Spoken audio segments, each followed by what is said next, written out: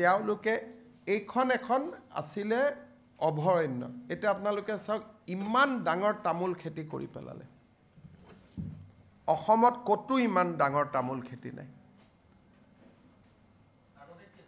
গছ গছনি হাল চেগুন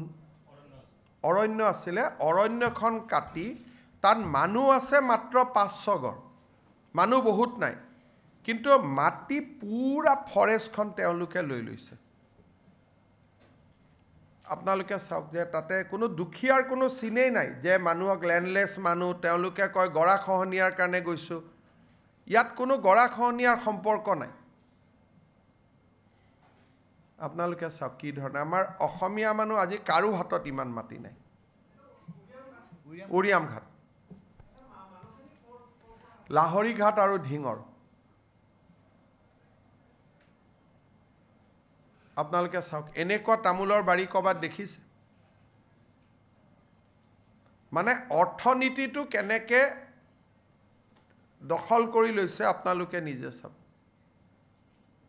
আৰু গুটেইখন তামোলৰ বাৰী হাজাৰ হাজাৰ বিঘা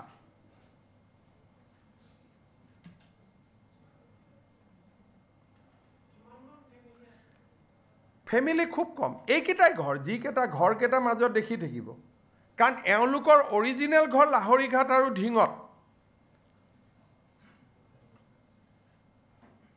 এইটো চাওক গুটেই তামোলৰ বাৰী মই যিমান দেখুৱাই আছো মানুহটো আপুনি নাপায়